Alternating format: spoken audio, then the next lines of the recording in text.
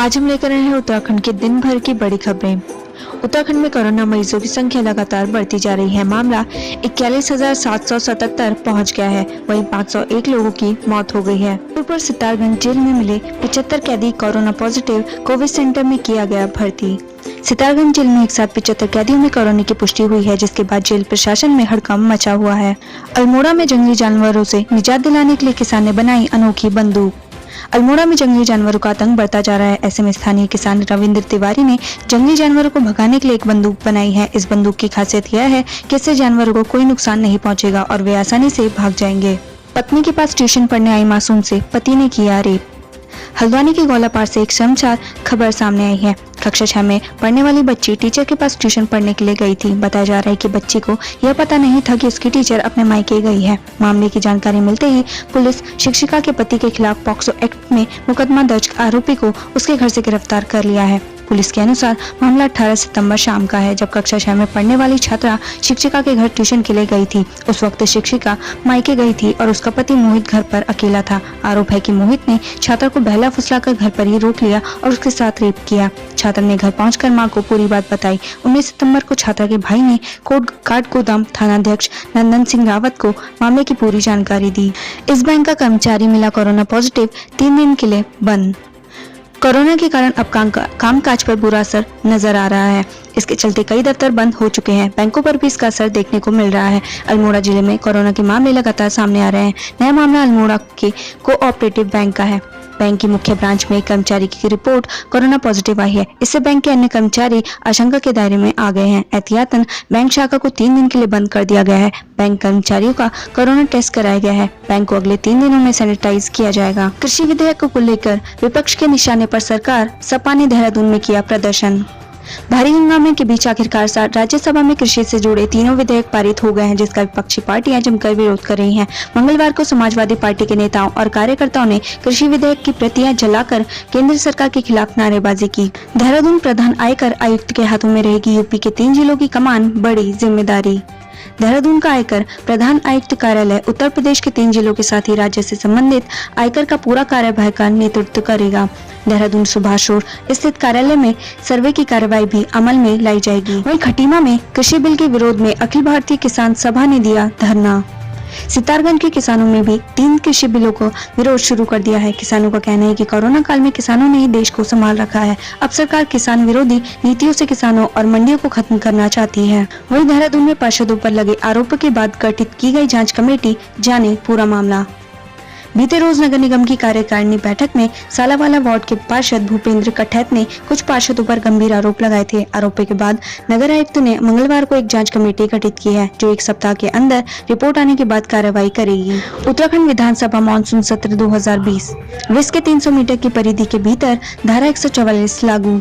विधानसभा सत्र को लेकर जिलाधिकारी डॉक्टर आशीष कुमार श्रीवास्तव ने विधानसभा के 300 मीटर की परिधि के भीतर धारा 144 लगा दी है। डीएम ने कहा है कि 23 सितंबर को होने वाले विधानसभा सत्र के दौरान सोशल डिस्टेंसिंग का पालन अनिवार्य है।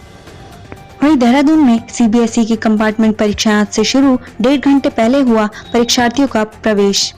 केंद्रीय माध्यमिक शिक्षा बोर्ड सीबीएसई की 10वीं व 12वीं की कंपार्टमेंट परीक्षाएं मंगलवार से शुरू हो गई। सभी परीक्षा केंद्रों पर परीक्षा से 1.5 घंटे पहले एंट्री शुरू कर दी गई। खास बात यह है कि परीक्षा शुरू होने से आधे घंटे पहले एंट्री बंद कर दी गई।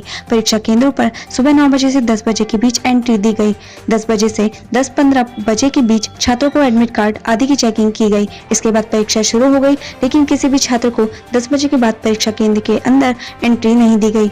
सैनिटाइजेशन और थर्मल स्क्रीनिंग के बाद ही छात्रों को प्रवेश दिया गया। रोशनाबाद स्थित अस्थायी जेल से 8 कैदी फरार, 1 करोड़ फिरौती मांगने का आरोपी भी शामिल।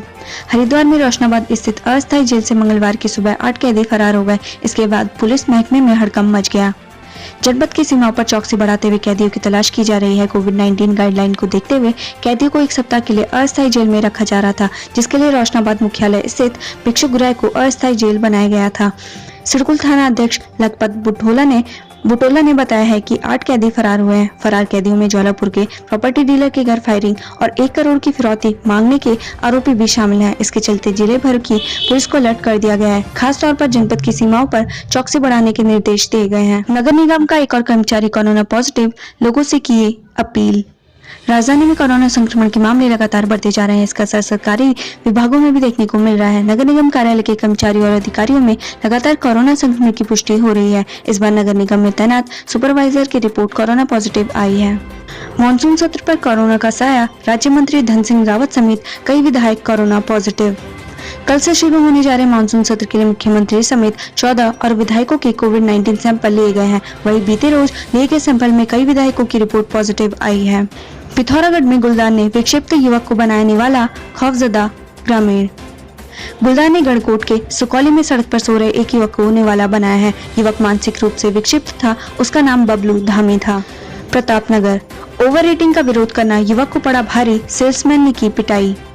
लंबगांव में शराब की दुकान पर युवक को ओवर रेटिंग का विरोध करना भारी पड़ गया। युवक का आरोप है कि सेल्समैन ने ओवर रेटिंग का विरोध करने पर उसके साथ मारपीट की। युवक ने थाने में आरोपी सेल्समैन के खिलाफ शिकायत की है। युवक का आरोप है कि सेल्समैन और उसके साथियों ने लाठी डंडों से उसे बुरी तरह से पीटा है। वहीं दूसरी तरफ सेल्समैन ने भी युवक के खिलाफ थाने में लूटपाट का मुकदमा दर्ज कर लिया है।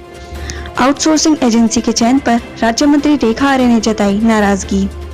महिला सशक्तिकरण एवं बाल विकास विभाग में पोषण अभियान एवं प्रधानमंत्री मातृ वंदना योजना के तहत आउटसोर्सिंग के माध्यम से कार्मिकों की भर्ती में कई तकनीकी खामियां पाई गई हैं। इस पर राज्य मंत्री रेखा आर्य ने नाराजगी जताई है। बंशीधर भगत ने कांग्रेस को बताया किसान विरोधी, गुमराह करने का लगाया आरोप। भाजपा प्रदेश अध्यक्ष बंशीधर भगत ने कांग्रेस पर किसान बिल को लेकर लोगों को गुमराह करने का आरोप लगाया।